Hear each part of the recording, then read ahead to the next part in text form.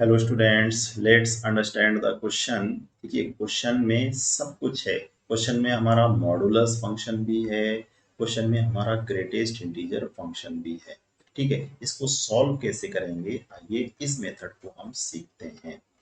1 से 5 ये है हमारा ग्रेटेस्ट इंटीजर, इसके अंदर है मॉडुलस फंक्शन। तो भाई सबसे पहले काम ये करते हैं कि x-3 को, ठीक है, हमने मान के चलो टी पुट कर लिया, तो dx इज इक्वल टू कितना हो जाएगा अपने पास, dt हो जाएगा।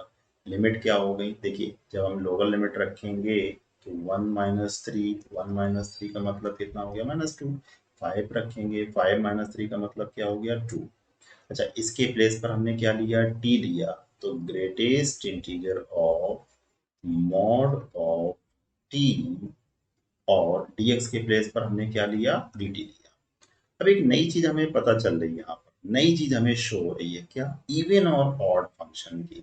इवन और ऑड फंक्शन की प्रॉपर्टी क्या होती है, -a से +a F x D x. Zero तब होता है जब फंक्शन हमारा कैसा होता है, ऑड, और ट्वाइस जीरो से positive F x D x हमारा तब होता है जब फंक्शन हमारा कैसा होता है, इवन। यहाँ पर अगर इस फंक्शन को देखें, ठीक है, तो ये फंक्शन हमें कैसा फंक्शन नजर आ रहा है, ये फंक्शन हमें एक इवन फंक्शन नजर आ रहा है। चलिए इसको कैसे प्रूव करेंगे, मान लो थोड़ी देर के लिए हमने इसको इस तरह से सपोज किया कि मॉड ऑफ टी, तो अगर टी को -t से रिप्लेस करते हैं तो मॉड ऑफ -t, और ये किसके इक्वल हो जाएगा, मॉड ऑफ टी के इक्वल हो जाएगा। हमें पता है कि मॉड के अंदर अगर कोई नेगेटिव है तो वो नेगेटिव आपका पॉजिटिव में चेंज हो जाता है, ये हमारा उसी में कन्वर्ट हो जाएगा। तो फंक्शन हमारा कैसा हुआ, देखिए एफ माइनस टी हमने निकाला, किसके इक्वल आ रहा है, एफ टी के इक्वल आ रहा है। इसका मतलब फंक्शन हमारा कैसा हुआ, इवन फंक्शन हुआ।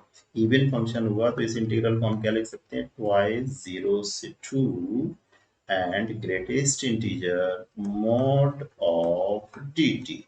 अब देखिए यहाँ टी की वैल्यू ऑलवेज पॉजिटिव है तो मॉड लगाने की जरूरत नहीं है, तो 2 0 से 2।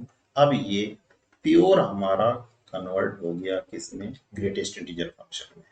और हमें पता है इसका मैकेनिज्म कि जब कभी ग्रेटेस्ट इंटीजर फंक्शन को इस तरह से इंटीग्रेट करना हो तो चाहो तो आप डायरेक्ट फॉर्मूला भी यूज कर सकते हो कि 0 से n greatest integer of x dx हमेशा क्या होता है, n/2 n-1।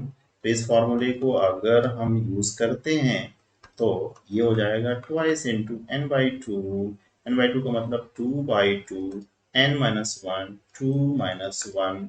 ठीक है, ये 2 से ये 2 कैंसिल हुआ, ये 1 हुआ, मल्टीप्लीकेशन करेंगे तो वैल्यू कितनी आ जाएगी, वैल्यू आ जाएगी हमारी 2।